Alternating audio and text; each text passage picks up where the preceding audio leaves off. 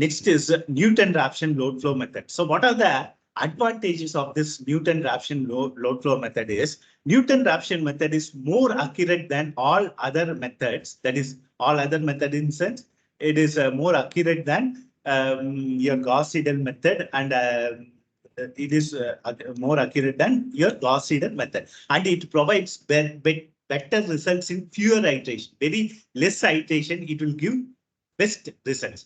And the Newton-Raphson method is fast and has least number of 3 iterations because it is quadratic convergence property.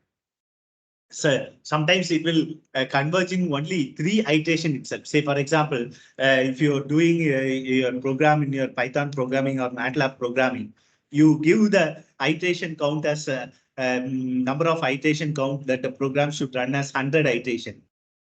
Analyze the result in third, the converge, it will 99% it will converge in third iteration itself. So that is one of the important advantage of this Newton-Raphson method.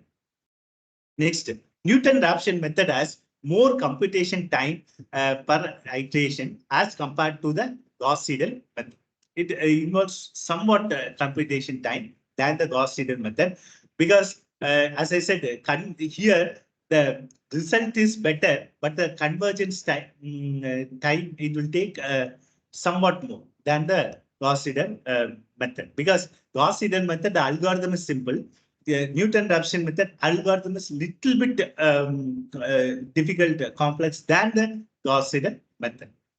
Only Gauss Siedel method has a problem with convergence for the long radial lines. Long radial lines, you can go for this Gauss Siedel method. Next, Newton-Raphson method requires more processing time compared to the fast-decoupled method because the construction of the Jacobian matrix. As I said, if you go back to my algorithm, our previous classes algorithm, there you need to frame the Jacobian matrix. So framing the Jacobian matrix will take some time. And also it depends on the partial derivative corresponding to the number of unknown state variables.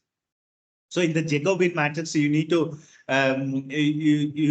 you are going for some partial derivative. No, it depends on the problem. Say, for example, the impedance value. It depends on the impedance value. It depends on the calculated real power value. It depends on the calculated reactive power value. So everything, it depends on that particular things. And also corresponding to the number of unknown state variables. It uses an iterative procedure to find the solution of nonlinear equations by linearizing them around an initial guess and updating the guess within the error calculation. So this method converges rapidly and can handle large and complex systems with high accuracy. Accuracy is high, but the time taken will be little bit more than the Gauss Siedel method. And also it uses the iterative procedure to find the solution for nonlinear equation, because almost all are nonlinear equation. And what we are doing is we are making that to linear. See, in the world, almost every problem is a non-linear one. If you, very few problems, you can say, for example, you make that as ideal, then it becomes a linear problem. But if you take every problem, that is a non-linear one. But what we are doing is we are considering that we are letting that, or we are considering that to linear problem, and we are solving the problem. So that is also there. And linearizing them around an initial guess and updating the guess within the error calculation. So that is the one of the most advantage of this Newton-Raphson method. Next, what are the limitations of this Newton-Raphson load flow method? Is the sense it is known for its even though it is known for its robustness, reliability, when second derivative of the objective function is available. Okay, so even though the second derivative is there, it is known for its robustness and reliability. However, in many situations, it is difficult or impossible to obtain the second derivative, making the Newton-Raphson method impractical. So you are making the second derivative. No, if the system is simple, if the data are simple, then second derivative is easy. if the say for example in the practical system, the equation goes like the whole some 10 lines, one line. Say for example, some 10 variables are there. In that particular case, taking the second derivative, it will consume some time. So, say for example, if we solve some problem, but it is not 10 variables, like one or two variables only. Easily you can make a second derivative and you can go to the next step. But practically speaking, it will be having somewhat more derivative also there. So for taking that second derivative will consume some time. So that makes the Newton-Raphson method somewhat impractical. Next, it needs a good initial guess.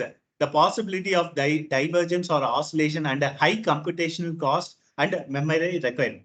As the memory requirement also a little bit high when compared to the Gauss Siedel method, because the algorithm is somewhat complex than the Gauss Siedel method, no? So that is why. So it needs some good initial guess. So initial guess, that is initial thing you need to guess somewhat more, and the possibility of the divergence or oscillation also should be there. And also it takes a high computational cost. Computational cost also will take high, and memory requirement also it will take high. Next, it may diverge when applied to polynomials with only complex roots using the real initial condition. It may somehow the last result may diverge when applied to the polynomials with only complex roots using a initial condition. So these are the some of the limitations of the Newton-Raphson method. This question also repeatedly asked in many exams in semester exams and in semester exams. What are the advantages of Newton-Raphson load flow method with compared to Gauss Siedel method, and what are its limitations of Gauss Siedel Newton-Raphson load flow method. So this question is repeatedly asked in your exam.